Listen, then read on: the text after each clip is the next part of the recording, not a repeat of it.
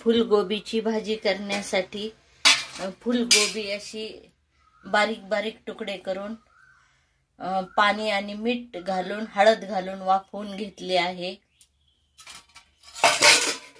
गोबीसाठी हा मसाला केला आहे। कांदा आणि लसूणचा मिक्सरवर वाटून घेतला आहे।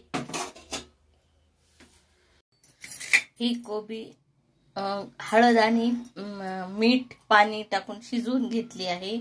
यामध्ये आता कांदा लसूण मसाला थोडा टाकू, ह्याला सर्व लावून घेऊ जिन्नस। हा गरम मसाला थोडा टाकू आणि हा गोडा मसाला थोडा टाकू आणि थोडा वेळ हे मसाले लावून ठेवू। यात मीठ एक टाकू आणि सर्व 10 मिनिट लावून ठेवू, म्हणजे ह्याला मसाल्याचा स्वाद येईल। मग अशी मिक्सर मध्ये वाटलेला कांदा ह्यामध्ये टाकला आहे परतायला।